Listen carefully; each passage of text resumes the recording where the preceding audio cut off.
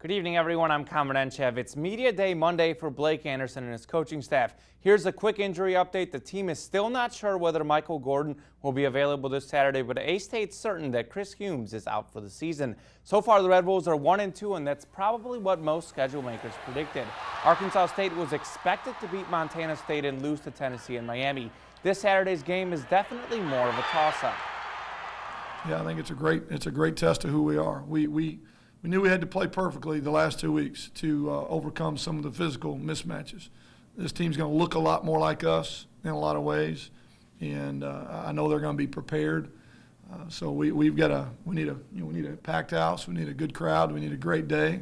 We need to eliminate mistakes and continue to play hard, and we got to beat a really good football team. There's a lot of question marks about Michael Gordon, but he's not the only key player that's hurt. Utah State starting quarterback Chucky Keaton will not play Saturday following a knee injury, as you're going to see him in crutches here in a second. A-State defensive coordinator Joe Coughlin addressed the media in a suit jacket today because he said his mom got on him about needing to dress up. If his mom is watching, I'm sure she's pretty happy right now. Here's Coach Coughlin on facing the Utah State offense. They give you a bunch of different pictures, a whole bunch of pictures, much more than what Miami or Tennessee, anybody we've played yet.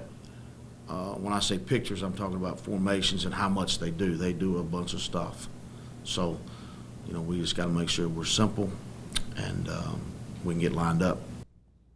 And Arkansas went through a tough season last year. No conference wins, no road wins, and Razorback fans certainly weren't happy. But Coach Bielema preaches patience. Bielema knew that it would take some time. He knew it wouldn't be easy. And Arkansas certainly isn't back to being a powerhouse. But the Hogs did win their first road game under Coach Bielema with a 49-28 blowout of Texas Tech. And now they get another national TV game. The Razorbacks road game on September 27th against Texas A&M will air on CBS. Kickoff is set for 2:30.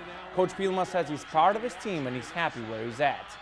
A lot has been written and said and all that stuff. I knew coming here what I was getting into, whether it was to the extent or whatever. I freely took that opportunity. That's something I made a decision to do.